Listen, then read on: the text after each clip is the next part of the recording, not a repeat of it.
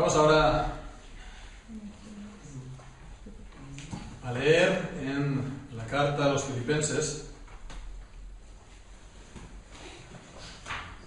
Filipenses capítulo 3, versículos del 1 al 3.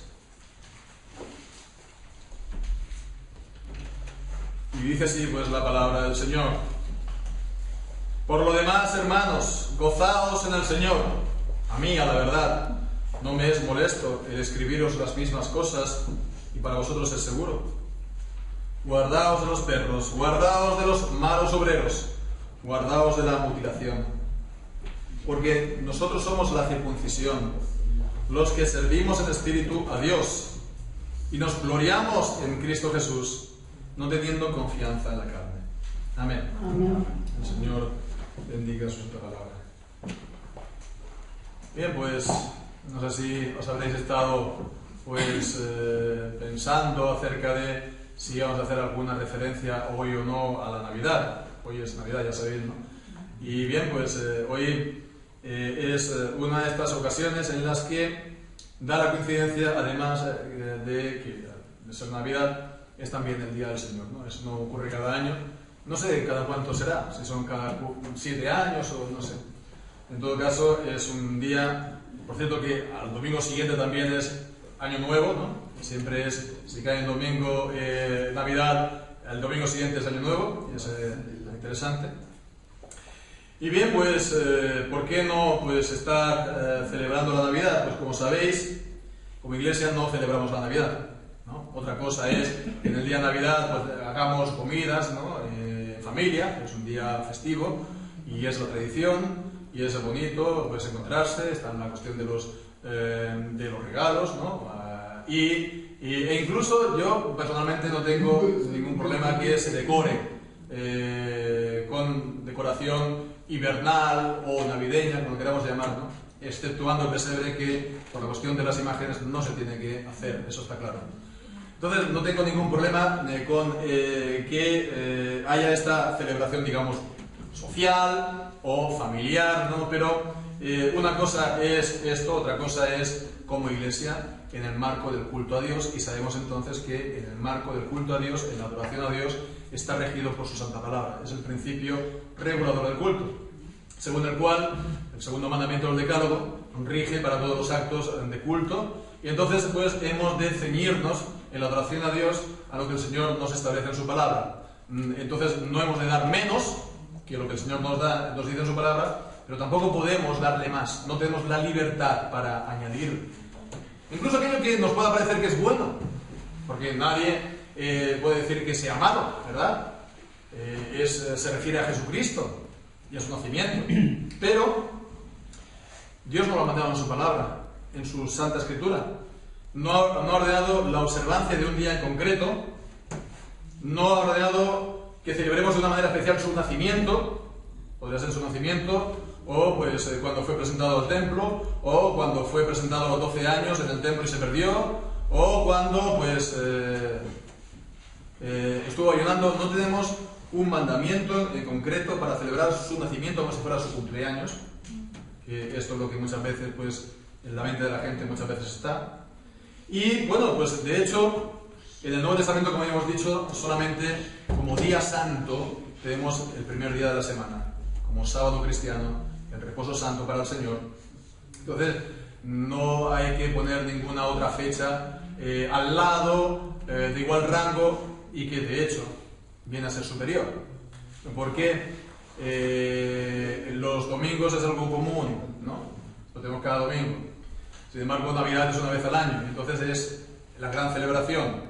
Entonces está muy por encima la celebración de la Navidad con la de los días del Señor. De hecho, fijémonos que todo gira en las iglesias que guardan esto y que han hecho el calendario litúrgico, ¿no? El calendario anual, ¿no?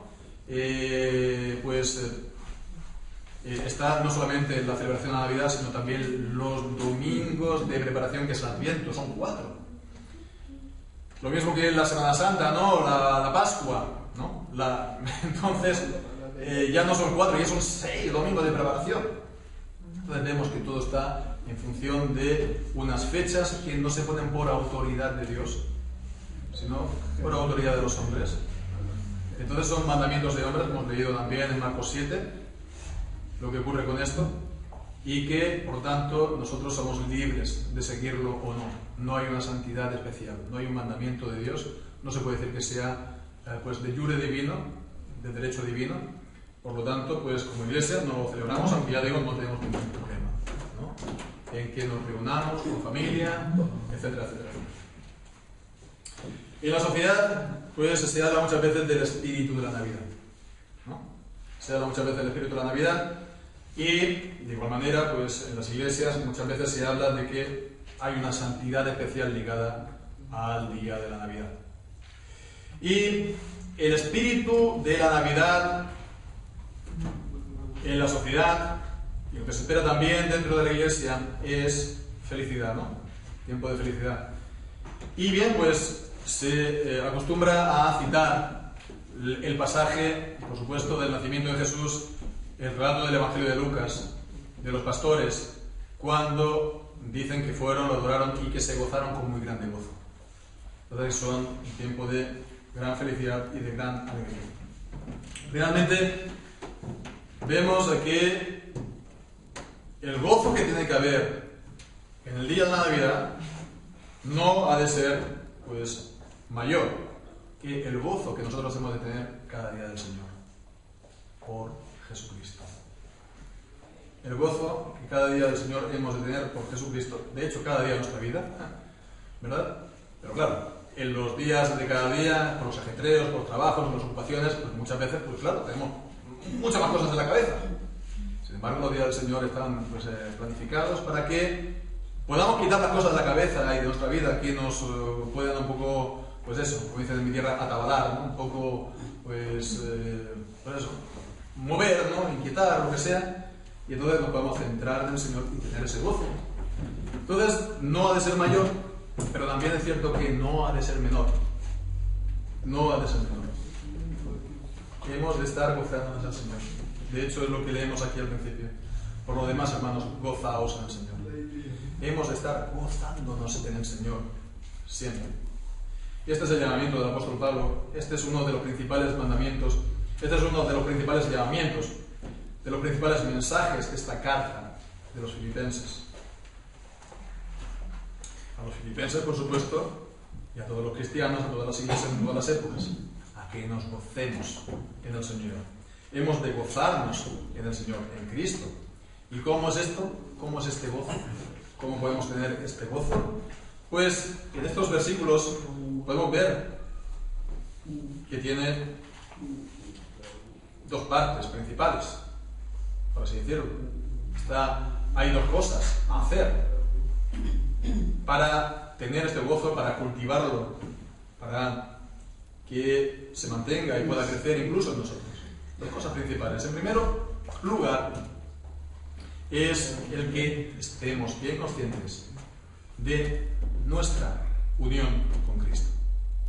Estemos bien conscientes de nuestra unión con el Señor Jesucristo. Y esto lo vemos en la misma expresión que acabamos de leer.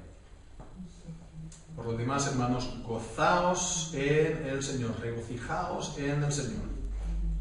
Y diremos, ¿dónde? Pues en esta última cláusula, en el Señor. ¿Vemos? En el Señor, que es la misma expresión, en otros lugares aparece en Cristo. En Cristo, en el Señor. ¿Vemos? Está hablando de, es casi una idea un poco local, espacial, ¿no? En Cristo, en Él, ¿no? Es un lenguaje que está hablando de unión, de unidad, ¿no? Es el que encontramos, por ejemplo, en Juan, capítulo 17, del siglo XXI. Juan 17, 21. Cuando dice, para que todos sean uno, como tú, oh Padre, en mí y yo en ti, para que también ellos sean uno en nosotros, para que el mundo crea que tú me enviaste. Por lo tanto, de la misma manera que el Padre está en el Hijo en el Padre, los creyentes estamos en el Padre y en el Hijo. En el Hijo. Entonces está hablando pues de esta unidad con Cristo. Y bueno, uno de los pasajes más importantes del Nuevo Testamento es sin duda el primer capítulo, los primeros versículos de Efesios. Y ahí se repite siempre la expresión en Cristo, en Cristo, en Cristo, ¿no? Tantas y tantas veces, no sé si son 12 o 14 veces que aparecen en esos versículos iniciales de Efesios. Está hablando entonces de esa unión con Cristo, que no se establece de una manera, digamos, mágica, podemos decir, ¿no? Sino que es a través de la fe. A través de la fe es como nosotros estamos unidos a Cristo.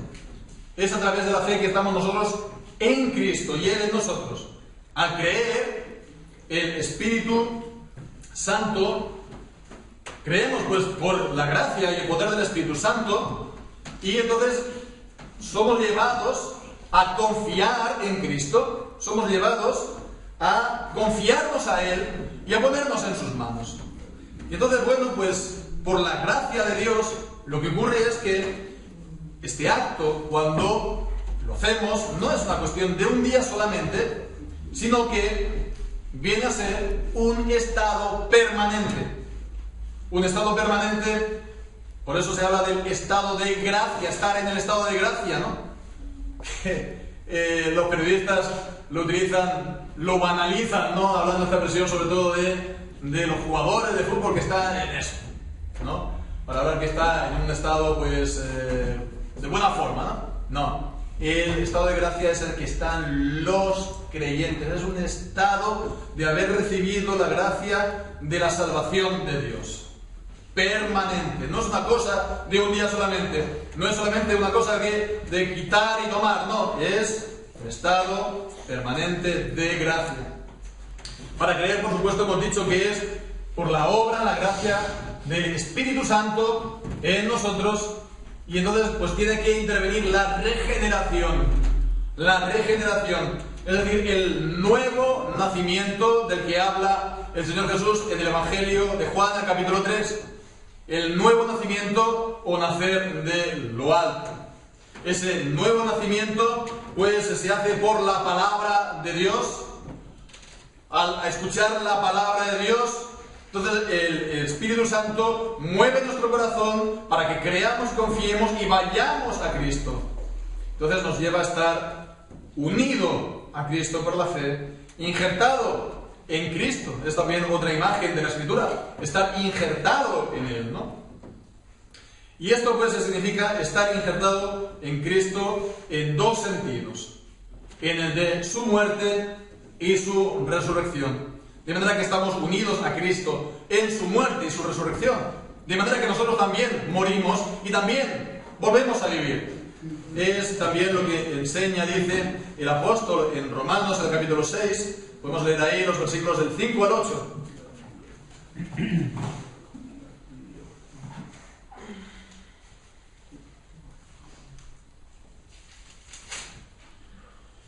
Dice, porque si fuimos plantados juntamente con Él en la semejanza de su muerte, así también lo seremos en la de su resurrección. Sabiendo esto, que nuestro viejo hombre fue crucificado juntamente con Él, para que el cuerpo del pecado sea deshecho, a fin de que no sirvamos más al pecado. Porque el que ha muerto ha sido justificado del pecado.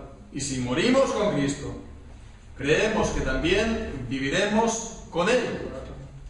Vemos que estamos muertos al pecado, y es así como actúa en nosotros la muerte de Cristo, y estamos unidos a Cristo en su muerte, y vivimos a una nueva vida. Por lo tanto vemos, ¿no? Esto es lo que produce que nosotros nos podamos gozar en Cristo, gozarnos en Él. Para gozarnos en Cristo, pues nos hemos de dar cuenta de esta maravillosa realidad, gloriosa realidad, que es la salvación. Gloriosa realidad que es la unión con Cristo y lo que ello significa. Significa que hemos pasado pues de muerte a vida. Antes estábamos muertos, pero hemos recibido pues nueva vida, como dice en Efesios 2, versículo 1.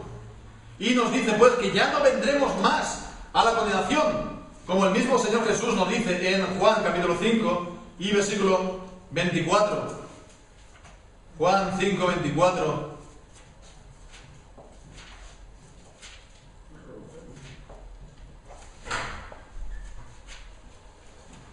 que dice: de cierto os digo, el que oye mi palabra y cree al que me ha enviado, tiene vida eterna y no vendrá a condenación, mas ha pasado de muerte a vida.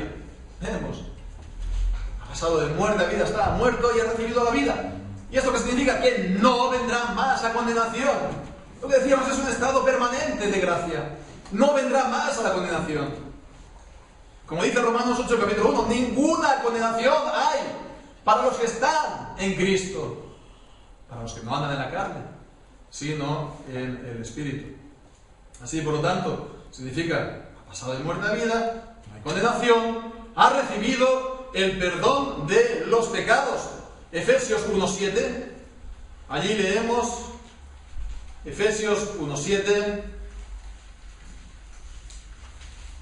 que dice: en quien, es decir, en Cristo, en el amado, en quien tenemos redención por su sangre, la remisión de los pecados, según las riquezas de su gracia. Remisión, perdón, el perdón de los pecados. En Cristo tenemos el perdón de los pecados. Y entonces vemos que esto no se queda solamente en un perdón sino también es una renovación de nosotros. No solamente se nos perdona los pecados, sino que se nos limpia. El Salmo 51, límpiame de mi maldad, lávame, que es lo que todo creyente que ha nacido de nuevo quiere: verse libre del pecado y de la mancha del pecado y de la corrupción del pecado en su propia vida, Entonces vemos que hay esta regeneración, hay esta reforma de nuestro ser, y es de esta manera como la Escritura habla de que somos una nueva criatura, o también habla del nuevo hombre, ¿verdad? El viejo hombre, la carne, cuando éramos muertos, ahora en Cristo es el nuevo hombre, y es la nueva criatura, o la nueva creación, de la que dice en 2 Corintios capítulo 5, y ahí leemos el versículo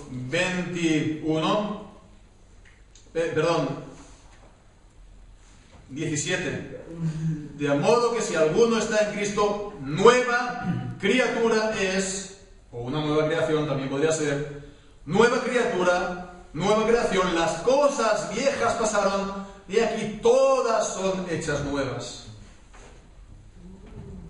Entonces, hay una regeneración total de nuestro ser. Imperfecto, sí, en esta vida, pero llegará a ser un día no total de todo nuestro ser, de toda nuestra alma, de todo lo que somos. Y de esa manera, como decimos, estar en este estado, en Cristo, en este estado de gracia, significa ser salvo. Salvo ya en esta vida. Ahora, hemos leído: el que guarda mi palabra, el que recibe mi palabra y crea que me envió, dice, ha pasado de muerte a vida y no vendrá más a condenación. Por lo tanto, ha recibido la salvación, que es lo que dice Efesios capítulo 2, en ese texto tan conocido, versículo 8, porque por gracia sois salvos, ya sois salvos, por medio de la fe, y esto no de vosotros, es don de Dios, no por obras, para que nadie se gloríe, nadie se gloríe en las obras. Ya veremos que también nos hemos de gloriar, pero no en las obras. Pero ya somos salvos. No es una cosa que esa salvación estemos de estar en la incertidumbre, ¿verdad? Como que la podemos tener o no tener, o la podemos tener pero después perder, sino que es algo ya real y podemos decir: soy salvo y no vendré más a condenación. Ninguna condenación hay para aquellos que están en Cristo. Entonces vemos la importancia de todo esto. Esto es lo que nos da realmente un motivo para gozarnos, ¿no? Volviendo al tema de la Navidad, y tampoco es que yo quisiera atacarlo mucho, pero es un tiempo sí de felicidad, etcétera, etcétera. Pero felicidad al final, la gente, ¿por qué? Es un tiempo de sentimentalismo, ¿no? También es bueno que tengamos sentimientos, emociones, ¿verdad? Pero no hay un motivo para gozarse en Cristo.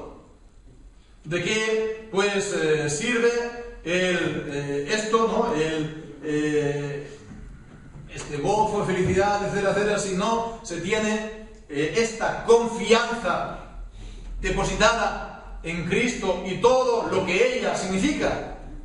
Nos podemos incluso referir a la Navidad como una celebración cristiana, y ahora es un poco lo que estábamos, ¿verdad? Porque debido a los ataques que está recibiendo el cristianismo, no es solamente en la Navidad, pero digamos en general, ¿no?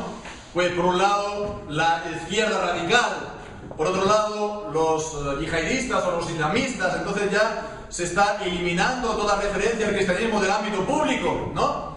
Y ahora se está pues enarbolando cada vez más la Navidad, ¿no? Como digamos la defensa de nuestra identidad cristiana, ¿verdad? Bueno, sí, está muy bien hacerlo en general, pero ¿de qué nos va a servir hacerlo en cuanto a la Navidad? No, en cuanto a la Navidad en concreto, si no tiene uno puesta la confianza, ¿verdad?, en Cristo Jesús.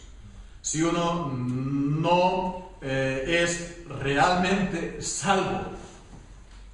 Así pues, lo realmente importante es recibir a Cristo y recibir de esta manera la salvación, y de esta manera pues tenemos qué grandes motivos, ¿verdad?, para gozarnos en el Señor.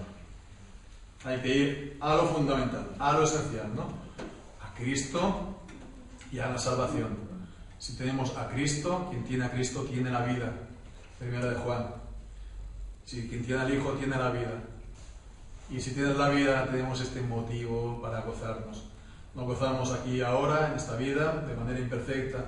Nos gozaremos para siempre, por toda la eternidad, en la presencia del Señor. Un gozo inefable y glorioso, como dice el apóstol Pedro.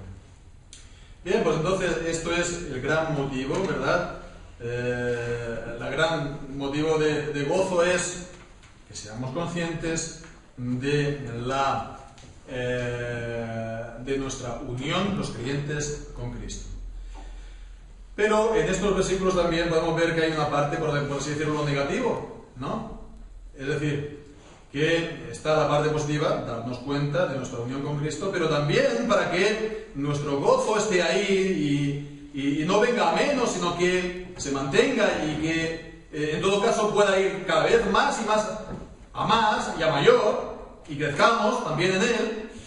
Pues entonces nos hemos de guardar de una serie de cosas, y de las que aquí se pone de manifiesto, se destaca, es sobre todo que nos guardemos de todo aquello que lo pueda disminuir, que nos guardemos también de las personas que lo pueden atacar o que están ahí para que robarnos el gozo, ¿verdad? Ladrones de gozo, podemos llamarles, ¿no? Son los ladrones del gozo del cristiano, y es de lo que está pues hablando en el versículo 2.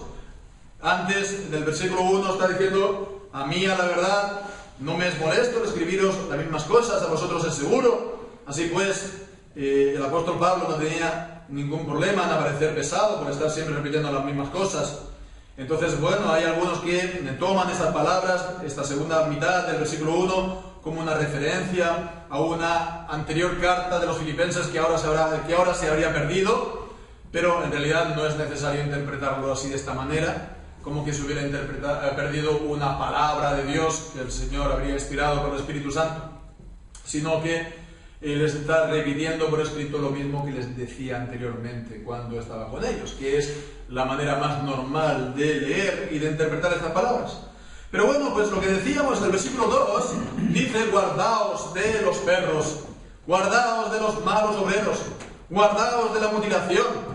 Y alguien puede decir: ¿cómo es que está pasando de que nos regocijemos al Señor? ¿A qué guardaos de esta gente tan mala? ¿Qué cambio más tremendo? ¿Qué cambio más abrupto? ¿Qué le ha pasado aquí a Pablo? Pues vemos a que lo uno y lo otro tienen relación. Hemos sí de gozarnos a pensar en lo que es la unión con Cristo. Hemos también, por lo tanto, de hacerlo guardándonos de aquellos que están atacando nuestro gozo como cristiano. Vemos la insistencia del apóstol, está diciendo: guardaos 3 veces de los perros, guardaos, segunda vez de los malos obreros, guardaos una tercera vez de la mutilación. Guardaos, literalmente, es miradlos, fijaos en ellos. Estad, digamos, en guardia. Estad preparados. ¿Y quiénes son ellos? ¿A quiénes tenemos que verlos venir? Pues entonces, para que los distingamos, ¿no? Les está describiendo, ¿no? Se les está caracterizando, es decir, se está hablando de sus características. ¿Quiénes son ellos? ¿Cómo son ellos? Pues se nos dicen tres cosas, ¿verdad? Primeramente dice los perros. Uy, esto ya, incluso en nuestro idioma, es una palabra fuerte. Ya, si le dices eso a alguien directamente es un insulto, habrá problemas. Pero en la Biblia, además, es un símbolo de, por una parte, ferocidad, por otra parte también impureza. Vemos en Salmo 22, versículo 16, ese salmo mesiánico de los sufrimientos de Cristo en la cruz. Allí leemos en Salmo 22, versículo 16, porque perros me han rodeado, me han cercado cuadrilla de malignos, horadaron mis manos y mis pies. La imagen es tremenda, ¿no? Una jauría de perros, pues devorando, ¿no? Desgarrando el cuerpo de una persona. Así pues es el sufrimiento de Cristo en la cruz a mano de los inicuos. Pero también vemos ese símbolo de impureza, y es por eso que leemos en el Nuevo Testamento, de boca del mismo Señor Jesús, en el Sermón del Monte. Allí leemos, dice: no deis lo santo a los perros, no echéis vuestras perlas delante de los cerdos, que eran pues por lo tanto animales impuros. No demos entonces lo santo a lo impuro. Y es en este mismo sentido que leemos en 2 de Pedro, en el capítulo 2 y versículo 22, que es por cierto también una cita del Antiguo Testamento de Proverbios 26:11, pero leemos en 2 de Pedro,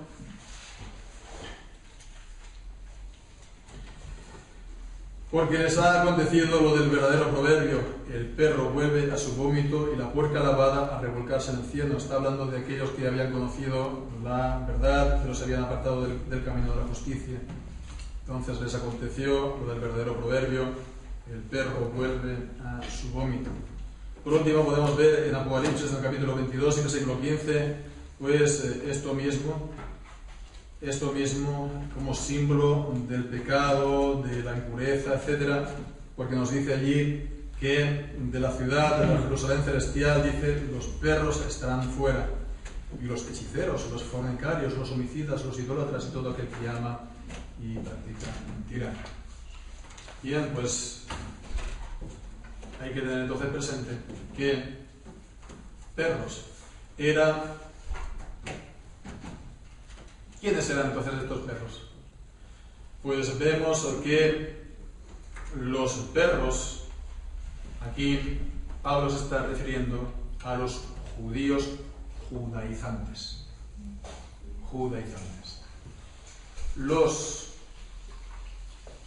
judíos en general designaban a los paganos como perros. Y esto también, pues, lo que arroja luz, ¿verdad?, a lo que hemos leído en Marcos 7, el encuentro del Señor Jesús con la mujer sirofenicia. Dice, pues, la está comparando, ¿no?, con aquellos perros o perrillos que están comiendo las migas, ¿no?, de sus amos, ¿no? Quien tenga un perrillo, pues ya conoce la situación, ¿no?, que están ahí, pues, a ver lo que cae. Entonces, ¿por qué era hiriente esas palabras? En principio parecían duras el Señor Jesús. Era para probar la fe de ella, para probar verdaderamente su humildad. Y pues era porque así llamaban los judíos de la época de Jesús a los paganos, a los gentiles, como perros, porque eran impuros, como hemos visto, la impureza. Y entonces vemos que aquí se está refiriendo Pablo ¿a quién? No, evidentemente no a los gentiles, sino ¿a quién? A los judíos judaizantes. ¿Quiénes son ellos? Pues se nos habla bastante en el Nuevo Testamento. Son aquellos de lo que leemos primeramente en Hechos, en el capítulo 15. Hechos, capítulo 15, del versículo 1. Que eran aquellos que estaban enseñando a los hermanos: si no os circuncidáis conforme al rito de Moisés, no podéis ser salvos. Y esto es lo que viene a decir también el mismo apóstol Pablo en Gálatas 2:14, utilizando la expresión de obligar a los gentiles a judaizar, es decir, a hacerse judíos. ¿Para qué? Para poder ser salvos. Comenzando pues recibiendo la circuncisión y guardando toda la ley, y guardando todas las ceremonias, y guardando todas las festividades, todos los alimentos puros, etcétera, los sacrificios. Y dice pues que de esa manera se judaizaban, es decir, se hacían judíos, y era la única manera para ser salvos. Y de esa manera pues vemos, era un nuevo evangelio, porque ya no era el evangelio de la salvación por gracia, por medio de la fe en Cristo Jesús, sino que ya dependía también de nuestras obras, de lo que los hombres tienen que hacer, y por lo tanto era un falso evangelio. Por eso nos está comparando pues a esos perros, porque en el fondo no habían sido purificados por medio de la fe, no habían recibido la limpieza y la purificación que viene pues por el nuevo nacimiento y de la fe en el Señor Jesucristo. Eran todavía, a pesar de su aparente piedad, estaban en sus pecados, estaban todavía en la incircuncisión de su alma. Habla también, en segundo lugar, dice que ellos son los malos obreros. Y para ver esto hemos de mirar ahora en 2 Corintios, capítulo 11, versículo 13. Allí también está hablando Pablo de otras, seguramente son también pues judaizantes, ¿sí? Ahí está hablando en el versículo 13, pero estos son falsos apóstoles, obreros fraudulentos, que se disfrazan como apóstoles de Cristo. No es de maravillarse, porque el mismo Satanás se disfraza como ángel de luz. Entonces vemos que estos son, de lo que dice el versículo 5, los está hablando como a los grandes apóstoles. Ellos iban de grandes apóstoles. Y dice, bueno, pues ellos no son grandes apóstoles, ellos son obreros fraudulentos, obreros en mentira. Aquí también está hablando malos obreros. No eran verdaderamente apóstoles. ¿Por qué? Porque para poder afirmar todo esto que ellos decían, tenían que retorcer las Escrituras, tenían que retorcer la palabra de Dios, porque la palabra de Dios no enseña eso, enseña lo contrario. Pero ellos, veos, para hacer creer a la gente lo que ellos dicen, tienen que retorcerlo para hacerlo bonito, para que lo presente y diga, ¿ves lo que yo digo? Pero ha retorcido lo que dice la palabra del Señor. Así, por lo tanto, si no se enseña la palabra de Dios, ya puede tener uno pues la reputación de gran apóstol, de gran lo que sea, que es un obrero fraudulento, un obrero malo, es un falso maestro, un falso profeta, un falso apóstol, y lo único que está haciendo es propagar sus errores y herejías, y aquellos pobres desgraciados que le estén siguiendo los están arrastrando al mismo error de condenación, porque les está apartando del único evangelio que trae la salvación. Y bien, pues en tercer lugar está hablando de ¿qué? De la mutilación, una palabra en el griego de la misma familia que circuncisión. Es un juego de palabras, ¿no?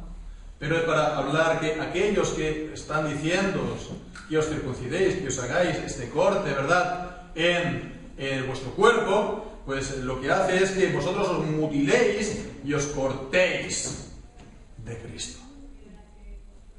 Tanto énfasis vemos en la circuncisión, tanto énfasis en este corte ceremonial, pero las consecuencias de ello es que uno verdaderamente se corta, pero se corta de la verdad de la palabra de Dios, y se corta del Evangelio, y se corta de Cristo, y se corta, por lo tanto, del verdadero pueblo de Dios, que es la iglesia del Señor Jesucristo.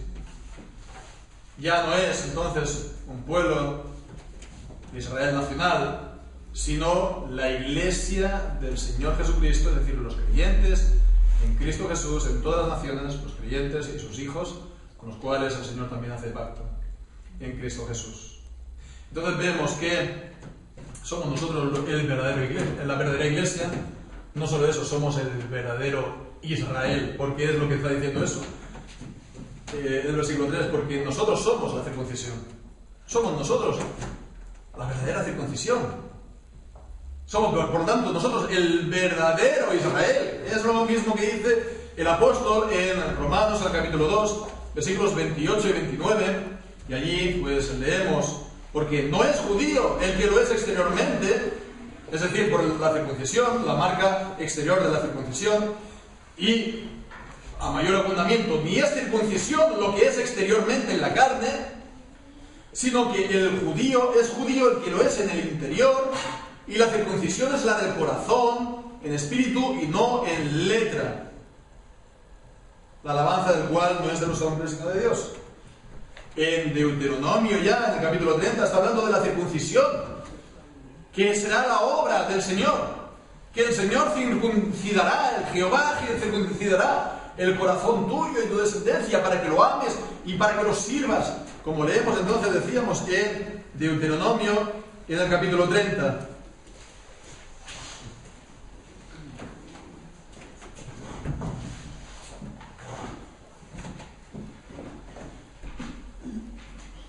Versículo 6.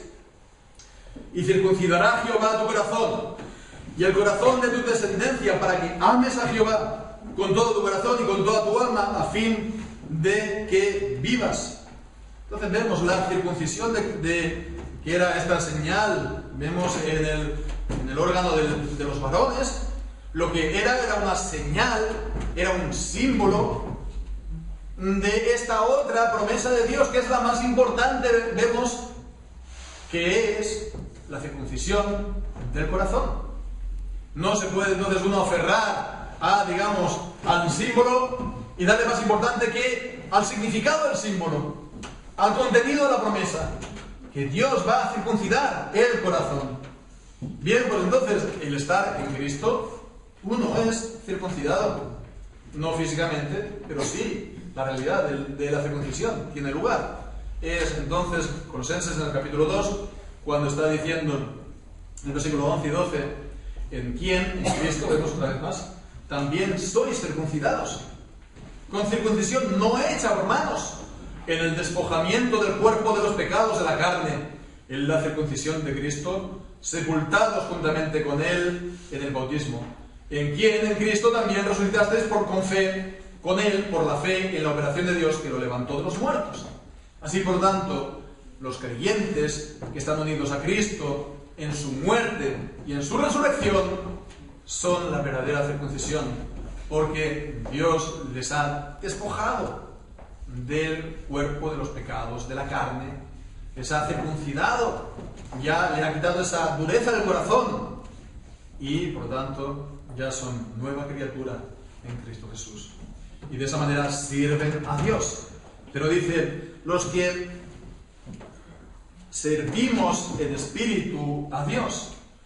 Entonces aquí hay una referencia también clara a las palabras de Jesús hablando con la mujer samaritana en Juan capítulo 4, que estaba pues refiriéndose a la adoración en Jerusalén, ha de ser aquí en Jerusalén o ha de ser en el monte de Samaria. ¿A dónde lo tenemos que hacer? ¿Qué dice el Señor Jesús? Que mujer, a ti te digo que ni en el monte de Samaria ni en Jerusalén pues se va a adorar a Dios, porque la verdadera adoración a Dios es la que pues se hace en espíritu y en verdad. En espíritu y en verdad, la verdadera adoración. Son los verdaderos adoradores que el Padre busca. Y los creyentes somos esos verdaderos adoradores que le dan la adoración que nos pide. No pues de ceremonias, no ligados a lugares en concreto, no ligados a un templo físico, vemos como el de Jerusalén u otros, sino en espíritu y en verdad. No hemos de hacer pues peregrinaciones a lugares santos, porque en todo lugar podemos dar ese culto y esa adoración a Dios. No hay más lugares más santos que otro lugar, porque en todo lugar, como hemos cantado también en el Salmo 113, en todo lugar, desde donde se levanta el sol hasta donde se pone, ahí pues al Señor se le da ofrenda y sube también pues incienso agradable delante del Señor, que son las oraciones de los santos. Y bien, pues entonces nosotros también, dicen, los que nos gloriamos en Cristo Jesús, no teniendo confianza en la carne. Gloriarnos es la misma palabra también, la misma expresión que en un sentido malo se dice para jactarnos. Nos jactamos a veces de cosas malas, ¿verdad? Pero nos gloriamos, es la misma palabra. Entonces, depende de lo que nosotros nos gloriemos. Si nos gloriamos de nosotros mismos, nos estamos jactando, vanagloriando, no es bueno. Pero nos debemos jactar, gloriarnos en nuestro Señor Jesucristo. Sin confiar en la carne, es decir, en nada nuestro, en nada de lo que uno sea o haya hecho, en su origen, que uno sea español, colombiano, escocés o lo que sea, que sea pues de familia alta o lo que sea, de sus estudios o de su estatus, de lo que él haya alcanzado en la vida o de su religiosidad, y de todo esto de lo que va a estar hablando Pablo a continuación en los versículos que vienen. Entonces, si uno se jacta, todo esto se está jactando en la carne, era lo que hacían los malos obreros que se jactaban de que eran judíos de nacimiento, cuando si nos jactamos de algo ha de ser de que hemos conocido a Cristo y de la salvación que Él nos ha dado por gracia, y es lo único que nos da a nosotros motivo y derecho a jactarnos, y jactarnos en Él. Vemos, de Él y en Él, y que Él no es extraño a nosotros ni nosotros extraños a Él, sino que estamos en Él y Él es nuestro y nosotros en Él. Por lo tanto, vemos la naturaleza del error de estos judaizantes, perros, malos obreros, la mutilación. La naturaleza del error. El error doctrinal no es banal. El error doctrinal no es algo secundario. El error doctrinal no es algo que se cubra con amor cristiano. ¿Por qué? Porque está retorciendo la Escritura, por una parte. Afecta a la verdad de Dios, por otra. Pero también afecta, y mucho, al creyente. ¿Por qué? Pues entre otras cosas, porque le roba el gozo. El error, el hacer depender de las ceremonias o de las obras o de cualquier cosa, lleva a la gente a perder de vista a Cristo y su salvación, por lo tanto, a estar todavía con dudas, incertidumbres, miedos en cuanto a la salvación, y uno ya no tiene gozo así en el Señor. Qué paradójico, ¿verdad?, que en el mundo evangélico, que es el lugar de la palabra, teóricamente lo había sido, pues haya habido un avivamiento, pero de los judaizantes, ¿no? Que prácticamente, bueno, pues que te tienes que hacer judío, tienes que poner la kipá y te tienes que pues estar orando a Jerusalén, etcétera, etcétera. Por aquello también de aquellos otros que están hablando de que hemos de guardar pues el último día de la semana como día del Señor, no, como un día de reposo, ¿verdad? Exactamente igual que los judíos, ¿no? Sin tener en cuenta el cambio que ha habido en el Nuevo Testamento. O guardar también las leyes alimenticias que han sido cumplidas en Cristo y por lo tanto ya no hay razón para cumplirlas, como vemos en el libro de los Hechos, ¿verdad? En el llamamiento a Cornelio, que hay ese mandamiento a Pedro: mata y come a todo animal inmundo, porque eso eran sombras. Ya en Cristo pues ya no hay razón de estar guardando esto, porque eso era símbolo de la inmundicia pues sí, de los gentiles, pero ahora los gentiles son llamados y son incorporados en el cuerpo, en el pueblo de Dios. Somos el verdadero Israel, somos la verdadera circuncisión, somos el pueblo que verdaderamente alaba al Señor. Entonces no hemos de bajar la guardia. Fijaos en ellos, sean estos, sean los otros, cualquiera que se pueda levantar y vaya en ese sentido. Fijaos en ellos, guardaos de ellos, no nos llevemos por falso sentimentalismo, pues de que, bueno, todos somos iguales. No todos somos iguales, porque lo que se enseña pues tiene sus consecuencias, y si no es lo que dice la palabra de Dios, trae graves consecuencias y nos convierte esto en esclavo de los hombres, y roba toda nuestra paz y nuestra seguridad y nuestro gozo en el Señor. Y es entonces de estas dos maneras como hemos de tener ese gozo, y teniéndolo hemos de crecer en el gozo sin que haya nada que nos lo quite. Y es de esta manera que, aunque nos avancemos un poco, pero el apóstol Pablo dice en el capítulo 4,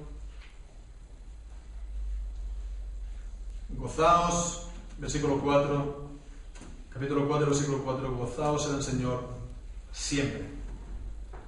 No es cosa de un solo día, es de todos los días. Y que esto se vea en nuestra manera constante de vivir. Y hay situaciones difíciles en la vida, que no cabe, y lo estamos viendo en la epístola a los Filipenses, lo podemos ver en nuestras vidas. Hay situaciones difíciles, y siempre las habrá, pero esto no puede impedir este gozo en Cristo. Este gozo en Cristo está por encima de las circunstancias, porque estamos en las dificultades, sí, pero estamos en Cristo, y eso es lo que más cuenta. Bien, pues entonces que esto sea lo que esté en nuestro corazón hoy y todos los días del Señor y todos los días de nuestra vida, y tengamos esto presente, este gozo que hoy gozamos aquí de manera imperfecta, será perfecto y será para siempre con el Señor, cuando estemos reunidos con el Señor y estemos en su presencia para siempre. Amén.